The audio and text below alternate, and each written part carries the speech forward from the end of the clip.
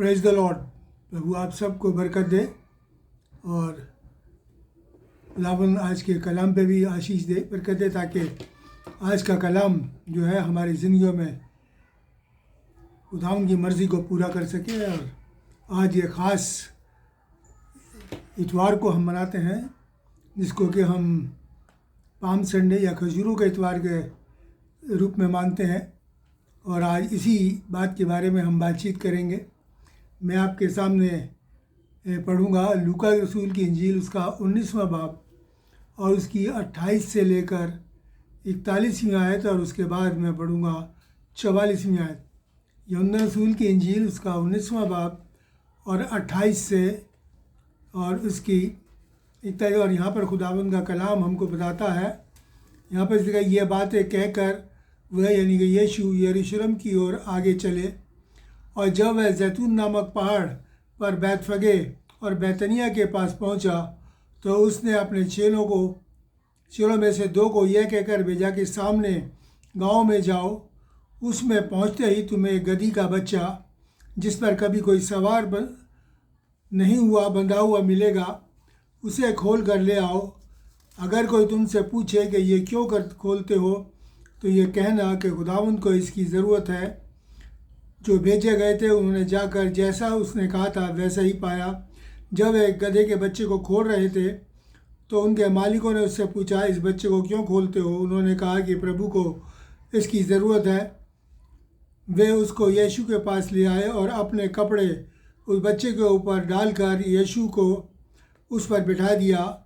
जब वह जा रहा था, तो वे अपने कपड़े रास्ते में बिछाते जाते, और पास आते हुए जब वह जैतून पहाड़ की ढलान पर पहुंचा, तो शागिर्दों ने सारी मंडली यानी हुजूम के सब सामत के काम जो उसने किए थे उन्हें देखकर खुश हुए और बड़े ज़ोर आवाज़ से कहने लगे कि खुदावंद की बड़ाई हो। मुबारक है वो राजा, वो बादशाह जो खुदावंद के नाम से आता है। आसमान में सलामती, आकाश मंडल में महिमा हो, यानी कि इज़्ज़त हो। तब वे भीड़ में से कुछ फरीसी उससे कहने लगे कि हे उस्ताद, अपने चेलों को डांट। उसने जवाब दिया कि मैं तुमसे कहता हूँ कि अगर ये चुप रहे तो पत्थर चिल्ला उठेंगे। जब वह निकट आया, तो पास में आया, तो उस शहर को देखकर रोया।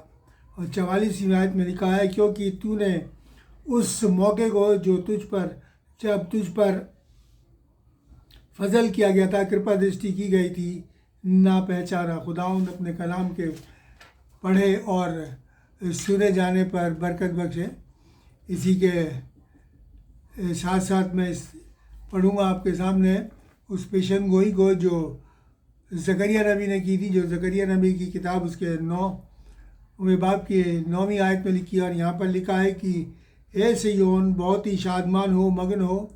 हे यरूशलेम, जय जयकार कर, क्योंकि तेरा बादशाह तेरे पास आता है। वो सादिक है और नजात पाया हुआ है।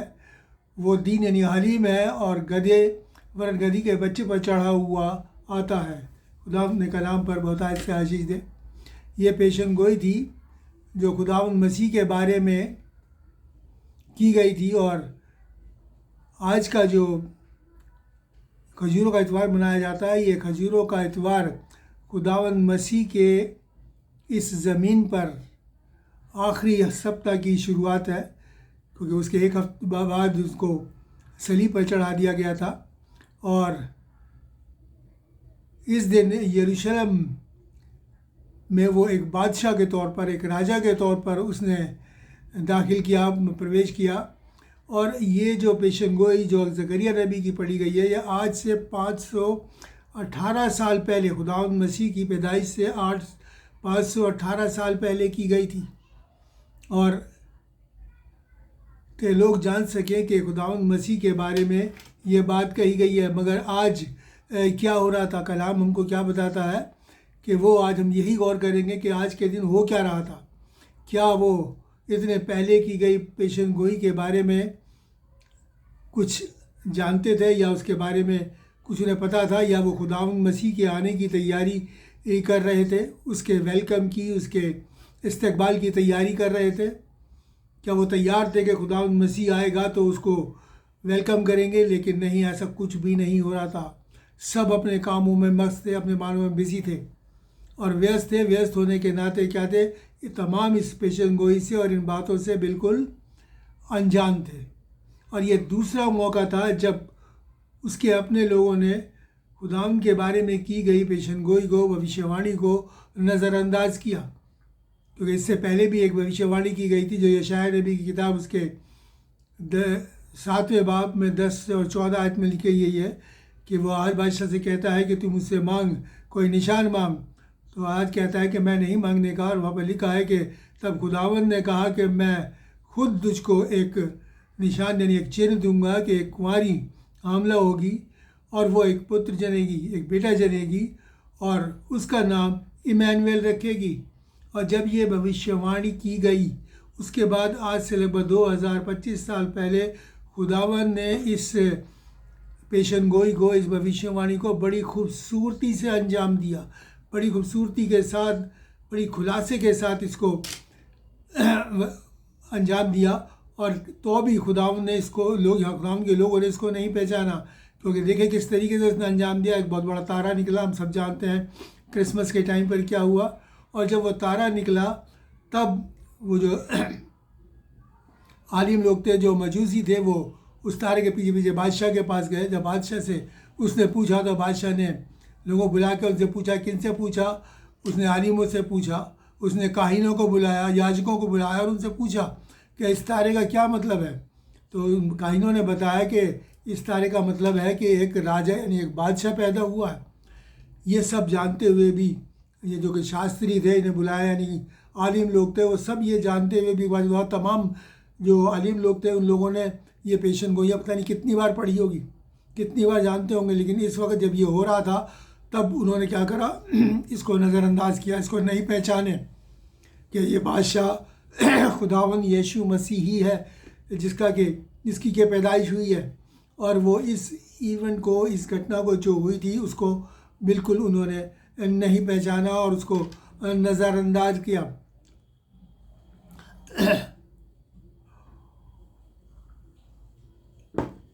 और इसीलिए खुदा के कलाम में लिखा है कि अगर हम यूहन्ना 1 और उसकी 11वीं आयत में पढ़ें तो वहाँ पर लिखा है कि वो अपने घर में आया मगर अपनों ने उसे कबूल नहीं किया।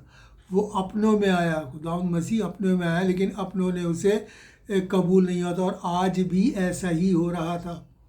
आज भी वो अपने ही लोगों में, अपने शहर में और अपने लोगों के अंदर आ रहा था ताकि वो अपने लोगों को देख सके, उनके बारे में जान सके। और वो उसको सोचता था कि उसका वहाँ इस्तकबाल किया जाएगा। लेकिन वहाँ पर क्या था, वो भी आज इसके ये भविष्यवाणी जो पेशन गोई ज़करिया ने की थी उसको भी नज़रअंदाज कर रहे थे, उसको भी मसीह के। और जबकि ये पेशन गोई साफ तौर से मसीह की तरफ इशारा करती है। तो साफ लिखा है कि हे सयोन देख तेरा बादशाह आता है। मैं फिर से दिखा दूँ, जय यरूशलेम जय जयकार कर। ख़ास नाम लिखा है जिस नगर में वो आ रहा था, जिस शहर में वो आ रहा था उसका नाम लिखा है, क्योंकि देख तेरा बादशाह आता है। और वो क्या है, गधी पर, वरना गधे के बच्चे के ऊपर सवार होके आता है। एक जवान गधे पे सवार होके आता है। बिल्कुल सफाई से हर चीज़ थी, लेकिन जो लिखी हुई थी, लेकिन उन आलिमों ने, उन काहिनों ने, याजकों ने इस चीज़ को नहीं पहचाना। और एक और मौका अपनी ज़िंदगी में खो दिया खुदावंद ने जो उनको दिया था कि वो उसको पहचान सकें। और ये वाकई में बहुत ही दुख की बात है। और खुदावंद मसीह को ये देखकर बहुत दुख हुआ, वो बहुत दुखी हुआ, क्योंकि वो उनके पास रहा था और वहाँ पर देखा अरे खुदावंद का बच्चा, खुदावंद क्या कहता है जब वो यरूशलेम की तरफ निगाह करता है। और हम पढ़े मत्ती 23 और 27 में क्या लिखा है, वहाँ पर लिखा है खुदावंद के कलाम में। देख हम बड़े इसको पढ़े तो यहाँ पर खुदावंद का कलाम हमको बताता है। 23 और 27 में लिखा है कि खुदावंद का कलाम हमको बताता है कि खुदावंद ने क्या कहा, उसने कहा कि जैसे मुर्गी 23 कि हे यरूशलेम तू जो नबियों को मार डालता और जो तेरे पास भेजे गए उन्हें पथरवा करता। कितनी बार मैंने चाहा कि जैसे मुर्गी अपने बच्चों को अपने पंखों के नीचे इकट्ठा करती है, वैसे ही मैं भी तेरे बालकों को इकट्ठा कर लूँ, मगर तुमने ना चाहा। जब उसने वहाँ पहुँचा और जब उसने यरूशलेम पर निगाह डाली तो क्या कहता है, मैंने कितनी बार चाहा कि तुम्हें अपने पंखों में ले लूँ, लेकिन जब उसने यरूशलेम पर निगाह डाली तो वहाँ उसे वो मुर्गी के मासूम बच्चे नज़र नहीं आए, उसे खुदाउन के लोग नज़र नहीं आए, बल्कि कौन नज़र आए वहाँ पर? चोर, डाकू, लुटेरे और कातिल। और कैसे कातिल? नबियों के कातिल, किसी मुजरिम के या किसी गुनहगार के नहीं, खुदाउन के नबियों के कातिल नज़र आए। और ये देखकर खुदाउन जो है वो बहुत रोया। यरूशलेम को क्या कहा जाता है? यरूशलेम को कहा जाता है कि वो रोटी का घर है। और खुदाउन मसीह उस दिन जब पहुँचा राजदूत तो वो अपनी रोटी की तलाश में पहुँचा, उस खाने की तलाश में पहुँचा जो उसका अपना खाना है, उसका अपना भोजन है, ताकि वो वहाँ जाके उस खाने को खा सके, उस भोजन को कर सके। लेकिन हम जानेंगे कलाम से कि खुदावंद मसीह का भोजन यानी खाना क्या है, वो रोटी क्या है जो खुदावंद यीशु मसीह की है, जिसे खुदावंद खाते हैं। और वह लिखा है यूहन्ना 4 और उसकी 34वीं आयत पढ़े तो यहाँ पर लिखा है, मेरा भोजन यानी मेरा खाना ये है कि मैं अपने भेजने वाले की मर्ज़ी के मुताबिक चलूँ और उसका काम पूरा करूँ। ये है खुदावंद का भोजन। और वो ये चाह रहा था कि शायद वहाँ पर कोई मुझे ऐसा इंसान मिले जो खुदावंद की मर्ज़ी के मुताबिक चले। वो सोचा था पूरा यरूशलेम खुदावंद की मर्ज़ी के मुताबिक चलने वाला मिल सकता था, मिले शायद वहाँ पर कोई ऐसा मिले जो खुदावंद के कामों को अंजाम दे रहा हो, लेकिन वहाँ पर कोई भी ऐसा नहीं मिला, खुदावंद की मर्ज़ी के मुताबिक चलने वाला नहीं मिला। यानी कि खुदावंद भूखा और प्यासा ही रहा, क्योंकि वहाँ वो नहीं मिला जो उसे चाहिए था, जो उसका खाना था वो नहीं मिला। वहाँ काम तो बहुत हो रहे थे, बहुत काम हो रहे थे, क्या तमाम सैक्रेमेंट्स जो हो रहे थे, तमाम कुर्बानियाँ चढ़ाई जा रही थी, सब कुछ हो रहा था, लेकिन ये सब एक दिखावा था, एक धोखा था जो वहाँ हो रहा था, जो मन से कुछ भी नहीं हो रहा था। और खुदावंद कहता है जब उस पर निकाल लिया, अब देखिए खुदावंद के वकाल में पढ़े, मैं फिर से पढ़ दूँ लूका 19 और लूका 19 उसकी 37 से और 42 में आपके सामने फिर से पढ़ दूँ। यहाँ पर लिखा है, और करीब आकर उसने देखा, जिसका करीब आए तो चेले और सारी उसकी जो मंडली थी, जो हजूम था, बड़ी ज़ोरों से जो मौजे उसने किए थे उन्हें देखकर क्या करने लगे, बड़े खुश हुए और बड़े ज़ोर से सबसे खुदावंद की बड़ाई यानी उसकी तमजीद करने लगे, उसकी स्तुति करने लगे कि धन्य है वो, मुबारक है वो बादशाह जो खुदावंद के नाम से आता है। लेकिन क्या हुआ वहाँ पर? क्या था? जो भीड़ वहाँ थी, जो फरीसी थी, जो ऊंचा तबका था, जो एक रिलीजियस तबका था, उन्होंने क्या कहा? उन्होंने खुदावंद मसीह से क्या कहा कि हे उस्ताद देख, इनको डांट। जो तमजीद खुदावंद की कर रहे थे उनको भी मना करते हैं और कहते हैं कि इनको डांट बंद कर। इसलिए मैं कह रहा हूँ काम तो बहुत हो रहे थे वहाँ पर, लेकिन कोई भी काम ऐसा नहीं था जो खुदावंद की नज़र में। और वहाँ पर इन सबको देख के लिखा है कि खुदावंद बहुत दुखी हुआ, खुदावंद बहुत दुखी हुआ। और 41वीं आयत में लिखा है कि ये सब देखकर क्या हुआ, यीशु और वह निकट उसके नगर के निकट आया और देखकर क्या देखा, वो यीशु रोया। वहाँ निकट आकर खुदावंद मसीह रोया। उसके हालात को देख कर यरूशलेम वासियों की उनकी जो रूहानी हालत थी उसे देख कर रोया कि वो किस तरीके से अपने आप को मौत के मुंह में ले आ रहे हैं, किस तरीके से ये पूरा यरूशलेम जो कि उसका अपना घर, उसकी अपनी नौकरी थी, अपने नगर था, वो किस तरीके से बर्बादी की तरफ बढ़ता जा रहा। वहाँ पर उसे एक भी ऐसा नहीं मिला जो खुदावंद की हमदस्तैज करता या उसका वो खुदावंद की मर्ज़ी को पूरा करता। और लिखा है कि वो क्या क्या कहने लगे कि इन्हें मना कर। और वहाँ पर क्या, जब उसने निगाह डाली अपने उस हैकल में पहुँचा तो वहाँ क्या लिखा, क्या देखा उसने? वहाँ पर लेन देन हो रहा है, वहाँ पर लेन देन हो रहा है। और खुदावंद मसीह ने क्या कहा कि तुमने मेरे घर को डाकुओं की खो बना दिया है। वो घर जो कि इबादत का घर था, वो घर जो कि दुआ का घर था, मेरा घर जो है दुआ का घर होगा। वहाँ पर सब कुछ हो रहा था, बस दुआ ही नहीं हो रही थी, इबादत ही नहीं हो रही थी।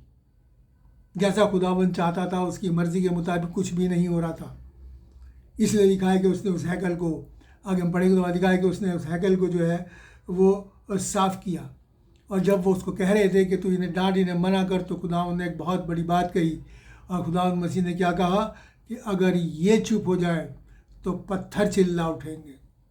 वो पत्थर कौन है जो चिल्ला उठेंगे और जो चिल्ला रहे हैं? मेरे प्यारे भाई बहनों, मैं आपको बताना चाहूँगी वो पत्थर आज हम लोग हैं। जो हम लोगों को ये कलाम दिया गया, आज हम लोग उसके नाम के लिए उसकी मनादी करते हैं, प्रचार करते हैं, उसके नाम के लिए चिल्ला रहे हैं, उसके नाम को रोशन कर रहे हैं। देखिए क्या लिखा है खुदा उनके कलाम में। अगर हम प्रेरितों के काम यानी रसूलों के अमाल उसका 13 और 46 पढ़े, रसूलों के अमाल के 13 और 46वीं आयत पढ़ें, तो वहाँ पर खुदा उनका कलाम हमको क्या बताता है।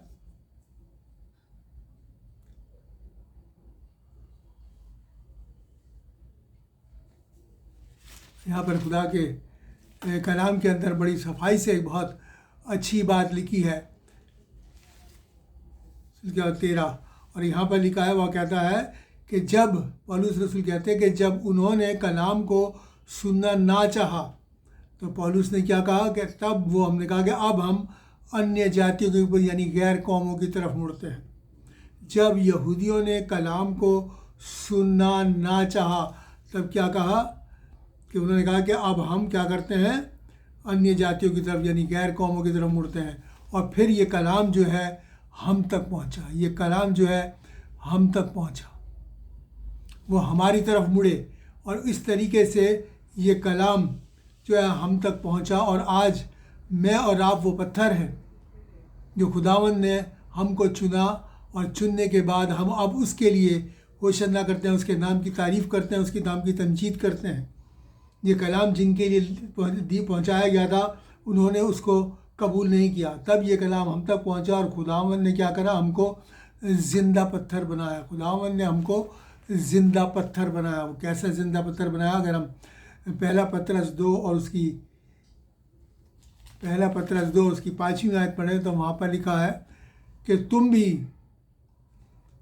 भी अपने आप को ज़िंदा पत्थरों के समान की तरह रूहानी घर बनते जाते हो, जिससे याजकों का पवित्र समाज यानी काहिनों का पवित्र फिरका बनकर ऐसे रूहानी बलिदान यानी कुर्बानी चढ़ाओ जो यीशु मसीह को कबूल हो, यीशु मसीह को और परमेश्वर के द्वारा कबूल हो, परमेश्वर के ज़रिए कबूल हो। ऐसे काम करने हैं हमें जो खुदावंद के ज़रिए हम क्या बनते हैं, जब क्या करते हैं, रूहानी घर बनते जाते हैं खुदावंद का, क्योंकि जिस्म तो हलाक होने वाला है, हम रूहानी घर बन जाते हैं। और कहता है कि फिर हमारे काम जो है वो काम होने चाहिए जो कि रूह के काम हैं, क्योंकि अब हम वो पत्थर है, अब हम मुर्दा पत्थर नहीं, अब कलाम हम तक पहुंच गया, कलाम हमारे अंदर समा गया, अब हम जिंदा पत्थर, अब हम बोलते हैं, अब हम बोलते हैं, खुदा के लिए बोलते हैं, ताकि हम खुदा के कलाम को दुनिया के आखिर तक पहुंचा सके। जैसे कि खुदावंद मसीह ने कहा है कि तुम दुनिया के आखिर तक कौन होगे, मेरे गवाह होगे। आज हम जो कलाम को सुनाते हैं वो इसीलिए सुनाते हैं क्योंकि खुदावंद चाहता है कि हम दुनिया के आखिर तक उसके गवाह बन जाए और खुदावंद हमको अपने पंखों में छुपा ले। हमें चाहता है, जिस तरीके से कहता है, आज वो हमारी तरफ निहार रहा है, हमें तरफ देख रहा है, और वो देख रहा है कि हम जो उसके अपने लोग हैं, अब गैर नहीं रहे, क्योंकि वो कहता है कि जो यहूदी वो है जो ईमान से है, यानी जिसका ईमान खुदावंद यीशु मसीह पे है वही उसकी कौम है। अगर खुदावंद यीशु मसीह का ईमान पे हमारा ईमान उस पर नहीं है तो हम उसकी कौम नहीं है। इसलिए अब वो हमारी तरफ देख रहा है, हमारी तरफ निहार रहा है कि किस तरीके से हमारी ज़िंदगियाँ, हमें अपनी ज़िंदगियों पर गौर करना है, अपनी ज़िंदगियों पर देखना है कि वाकई में जब खुदावंद हम पर निगाह डालता है तो क्या हमारी ज़िंदगियाँ उसे कैसी नज़र आती हैं, क्योंकि हमारा मन, हमारा जो दिल है, ये उसकी हैकल है जिसमें वो रहना चाहता है, जिसमें वो खटखटाता है। क्या वो जब हम पर निगाह डालता है तो हमारा दिल उसे डाकुओं की खोर तो नज़र नहीं आता कि हमारे दिल में तमाम वो बातें तो नहीं हो रही हैं जो खुदावंद की नज़र में बुरी हैं, वो तमाम बुराइयां तो हमारे अंदर नहीं भरी हुई कि लेबल तो हमारे पर लगा हुआ है कि हम मसीह हैं लेकिन काम हमारे शैतान के हैं। अगर ऐसा है तो अभी मौका अपने आप को बदल लें, क्योंकि खुदावंद के कलाम में बड़ी अच्छी बात कही थी, उसकी जो हमने पढ़ा था अभी, इसकी लूका 19 की उसकी 44वीं आयत लिखी है, तो वहाँ पर लिखा है कि तूने उस मौके को जब तुझ पर रहम किया गया था, जब तुझ पर फजल किया गया था, उसको ना पहचाना। यानी कि आज वो दिन है हमारे पास जिन पर खुदावन का रहम और करम हम पर है। वो हमारी सुनता है, हमारी दुआओं को सुनता है, और वो हमें चाहता है कि हम उसके करीब आएँ, क्योंकि ये हमारे पास वो वक्त है जिस पर हम पर मेहरबानी चल रही है खुदावन की। देखिए खुदावन का कलाम बड़ी इस तरीके से बताता है, और ये वक्त अब चल रहा है। अगर हम पहला कुरिन्थियों उसका 6 और उसकी 1 और 2 आयत पर अगर हम पढ़ें, दूसरा कुरिन्थियों 6 उसकी 1 और 2 में वहाँ पर लिखा है कि अपनी खुशी के वक्त मैंने तुम्हारी सुन ली, और नजात के दिन मैंने तुम्हारी मदद करी।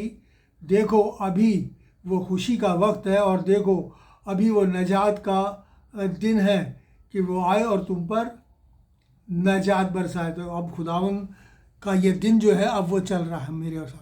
हम उस दिन में हैं, और ये दिन वो है जब हम पर मेहरबान है खुदावन, तब हम पर कृपा दृष्टि है खुदावन मसीह की। इस दिन का हमें फ़ायदा उठाना, जैसे उन लोगों ने क्या करा कि जो वक्त था उसे नहीं पहचाना। आज ये वक्त है कि हम पहचान लें खुदावन हमसे खुश है, खुदावन यीशु मसीह हमसे खुश है, और वो हमारी दुआओं को सुनने के लिए तैयार है। हम पर लिखा है और वो तुम पर नजात को बरसाए, वो हमको नजात देने के लिए तैयार है, हमारी दुआओं को सुनने के लिए तैयार है। तो हमें इस वक्त का पूरा फ़ायदा उठाना है, और खुदावन की नज़दीकी को हासिल करना है, और अपने दिलों को चोर और उसके डाकुओं की खो नहीं बनाना, बल्कि इस दिल को खुदावन की हैकल बनाना। ये दुआ का घर होना चाहिए। यहाँ से हमारे हृदयों से दुआ निकलनी चाहिए, अपने लिए, ख़ानदान के लिए, लोगों के लिए हमें दुआ निकलनी चाहिए कि हम लोगों के लिए दुआ करें, उनकी नजात के लिए दुआ करें, और उसकी इबादत, उसकी परस्तिश हमारे इस दिल के घर के अंदर, उसकी हैकल के अंदर होनी चाहिए। और ये मेरे और आपको देखना है, क्योंकि खुदावन यीशु मसीह दोबारा आने वाला है। एक और मौका मेरे और आपके पास है कि हम खजूर की डालियाँ लेकर फिर से उसकी स्तुति करें, उसका इस्तेमाल करें, उसको जलाल दे सकें। इस मौके को हाथ से ना जाने दें।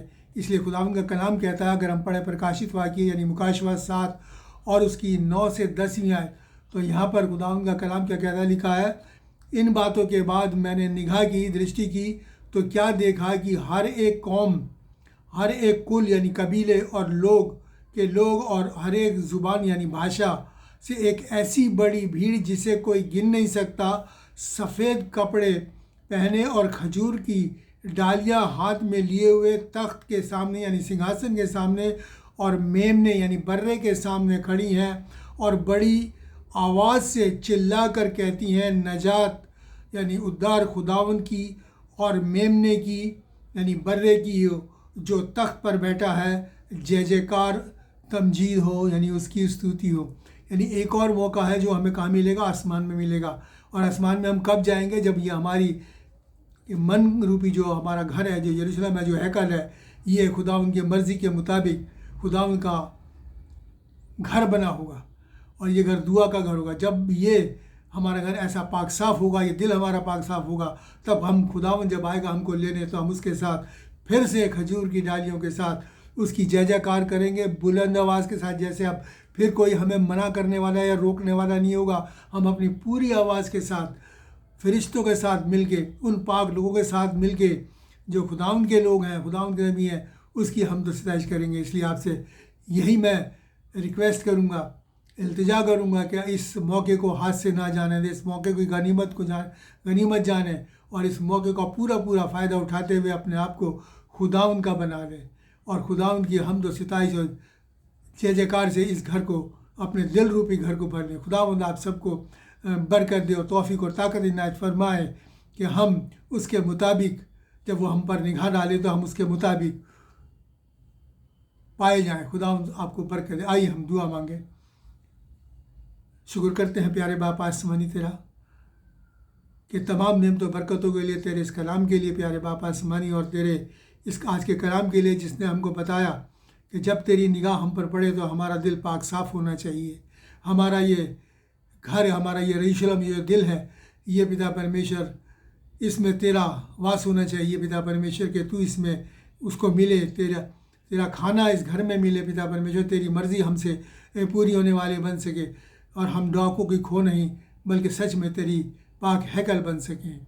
सबके लिए बरकत मांगते हुए दुआ खुदावंद यीशु मसीह के नाम से मांगते हैं, आमीन। और अब हमारे खुदावंद यीशु मसीह का फजल, खुदा बाप की मोहब्बत और पाक रूह की रिफ़ाक़त हम सबके साथ और तमाम मसीह ईमानदारों के साथ अब से लेकर हमेशा तक होती है।